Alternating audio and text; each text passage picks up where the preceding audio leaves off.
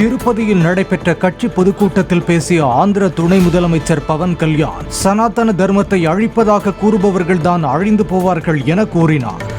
Whoever said this, let me tell you, sir, you cannot wipe out Sanatana Dharma. I will tell you why. By the end of my speech, I will tell you why you cannot wipe out Sanatana Dharma. If anyone tries to wipe out Sanatana Dharma, let me tell you, from the feet of Lord Balaji, you will be wiped out. திருப்பதியில் பக்தர்களுக்கு தட்டுப்பாடின்றி லட்டுகள் வழங்க கூடுதலாக 11 கவுண்டர்கள் அமைத்து 65 கவுண்டர்களில் விநியோகிக்கப்பட உள்ளதாக தேவஸ்தான செயலதிகாரி ஷியாமலா ராவ் தெரிவித்துள்ளார். பக்தர்களுக்கு தட்டுப்பாடின்றி லட்டுகள் கிடைக்க 7 லட்சம் லட்டுகள் நிலுவையில் இருக்கும் வகையில் ஏற்பாடு செய்யப்பட்டுள்ளதாகவும் அவர் குறிப்பிட்டார்.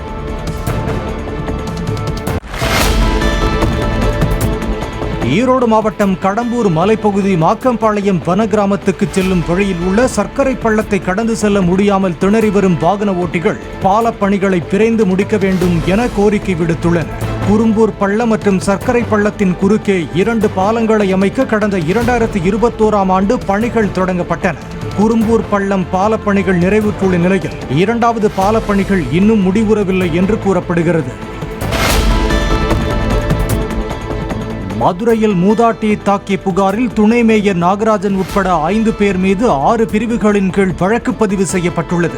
ஜெய்ஹிந்த்புரத்தைச் சேர்ந்த வசந்தா என்ற மூதாட்டி தனது 1 கோடி ரூபாய் மதிப்புள்ள சொத்துக்களை ஈடாக வைத்து குமார் என்பவரிடம் 10 லட்சம் ரூபாய் கடன் பெற்றுள்ளார். வட்டியை சரியாக செலுத்தி வந்த நிலையில் கூடுதலாக 15 லட்சம் ரூபாய் தருவதாகவும் சொத்தை கிரயம் செய்து கொடுக்குமாறும் வசந்தாவை குமார் மிரட்டியதாகவும் அதற்கு வசந்தா மறுத்ததாகவும் சொல்லப்படுகிறது. இந்த நிலையில் துணை மேயர் நாகராஜ், அவரது தம்பி ராஜேந்திரன், குமார் ஆகியோர் மூதாட்டியையும் அவரது மகனையும் தாக்கியதாக சிசிடிவி காட்சிகளுடன் அளித்த புகாரின் அடிப்படையில் வழக்கு பதிவு செய்யப்பட்டுள்ளது.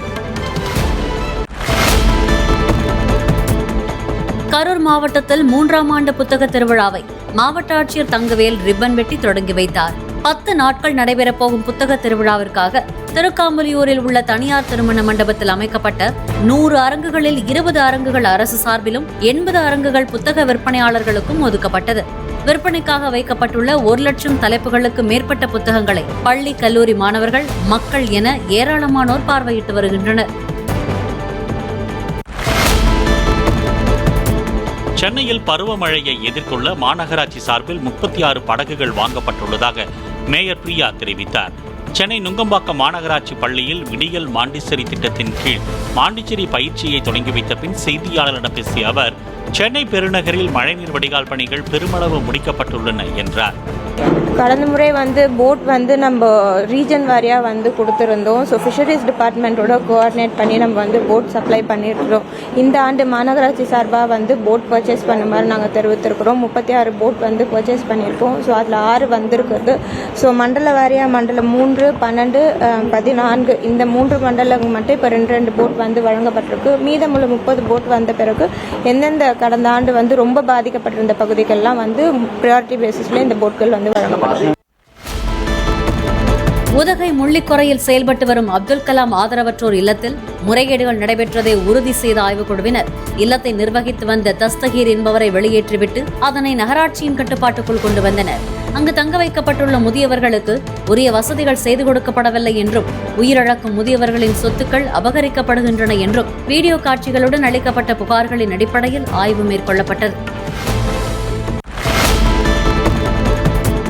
நாமக்கல்லை அடுத்த சிலுவம்பட்டியில் டெங்கு ஒழிப்பு பணிகள் குறித்து மாவட்ட ஆட்சியர் உமா வீடு வீடாக சென்று ஆய்வு மேற்கொண்டார். வீடுகளில் பிளாஸ்டிக் பேரல்கள், கான்கிரீட் தொட்டிகள், தரைத்தள தொட்டிகளில் சேகரித்து வைக்கப்பட்டுள்ள தண்ணீரை டார்ச் அடித்து ஆய்வு செய்த அவர் குளிர்சாதன பெட்டியின் பின்புறம் தண்ணீர் தேங்கி இருக்கிறதா என்பதையும் ஆய்வு செய்தார்.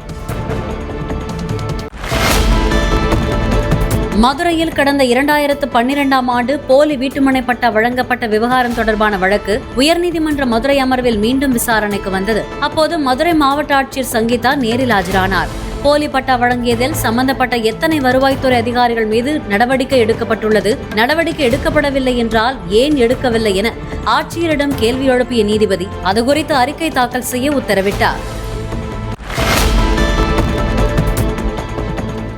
கல்வராயன் மலையில் நடைபெற்ற சிறப்பு சேவை முகாமில் கணினி வசதிகள் மற்றும் ஊழியர் பற்றாக்குறை காரணமாக நீண்ட நேரம் காத்திருந்ததாக மலைவாழ் மக்கள் தெரிவித்தனர். கல்வராயன் மலையில் உள்ள வருவாய் வட்டாட்சியர் அலுவலகத்தில் ஆதார் அட்டை, வாக்காளர் அட்டை உள்ளிட்டவற்றை வழங்க சிறப்பு முகாம்கள் நடைபெற்றன.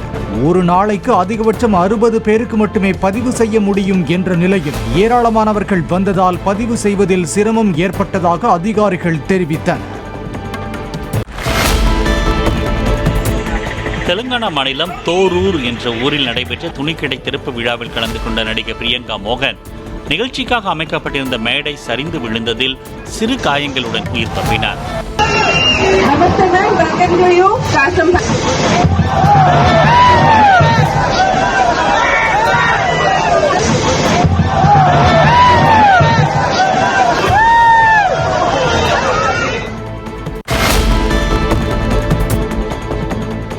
அதிமுக ஆட்சியில் 28,000 கோடியாக இருந்த டாஸ்மாக் வருமானம் திமுக ஆட்சியில் 60,000 கோடி ரூபாயாக உயர்ந்துள்ள நிலையில் அவர்கள் எப்படி டாஸ்மாகை மூடுவார்கள் என முன்னாள் அமைச்சர் KC வீரமணி கேள்வி எழுப்பியுள்ளார். ராணிப்பேட்டை மாவட்டம் கலவையில் நடைபெற்ற அதிமுக ஆலோசனைக் கூட்டத்தில் பேசிய அவர் இதனை தெரிவித்தார். மின்சார கட்டணத்தை உயர்த்திருக்கக்கூடாது, பால் வரியை உயர்த்திருக்கக்கூடாது, சொத்து வரியை உயர்த்திருக்கக்கூடாது, பத்திரப்பதிவுடைய உயர்த்திருக்கக்கூடாது. ஆனா எல்லாத்தையும் ஏற்றிட்ட கடனும் 9 லட்சம் கோடி ஆக்கிட்டு தமிழ்நாட்டுடைய கடன். ஆக அதுக்கு மேல் நீ என்ன ஆட்சி பண்ற? நீ இவர்களால் சாதிக்க முடியாது. பொய்யான வாக்குறுதியை கொடுத்து ஆட்சி தந்தவர்கள். தமிழகத்தில் அரசு மருத்துவமனைகளுக்கான மருந்து மற்றும் மருத்துவ உபகரணங்கள் தட்டுப்பாடு இல்லாமல் கிடைத்து வருவதாகவும் அனைத்து மாவட்டங்களிலும் மருத்துவ கிடங்கு உள்ள மாநிலமாக தமிழகம் உள்ளதாகவும் அமைச்சர் மா சுப்பிரமணியன் தெரிவித்தார். தஞ்சாவூரில் 3 நாட்கள் நடைபெறும் சர்வதேச பொது சுகாதார மாநாட்டினை 2 கிலோமீட்டர் தூர பேரணியில் பங்கேற்று அமைச்சர் துவக்கி வைத்தார்.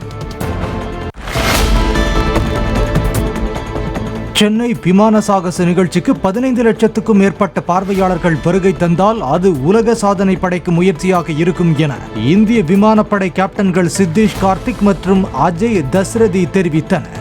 19 ஆண்டுகளாக இந்திய விமானப்படையில் இருக்கும் தங்களுக்கு தாய் மண்ணில் விமான சாகசம் மேற்கொள்வது மிகவும் பெருமையாக உள்ளதாக கூறிய அவர்கள் இந்த சாகச நிகழ்ச்சியை காணும் இளைஞர்களுக்கும் விமானப்படையில் சேர ஆர்வம் ஏற்படும் என நம்பிக்கை உள்ளதாக தெரிவித்தனர். 2003 நான் மரீனா பீச் போனேன். அப்போது லாஸ்ட் சூரியகிரன் ஷோ நடந்தது. அது பார்த்துட்டு ஒரு இன்ஸ்பிரேஷனாக ஆயிடுச்சு, நான் கூட சூரியகிரன் ஜாயின் பண்ணோன்னு. அண்ட் 2024 நான் சென்னை மரீனா பீச் அதே இடத்துல டிஸ்பிளே பண்ண போகிறோம். And it is 92nd anniversary of Indian air force. 72 planes are going to be flying. And இது உங்கள் ஏர்ஃபோர்ஸ் தான். So I would ask everybody request, நீங்கள் 4th 6th நீங்கள் எல்லாரும் ப்ளீஸ் ஷோ பாருங்கள் and support your Indian air force.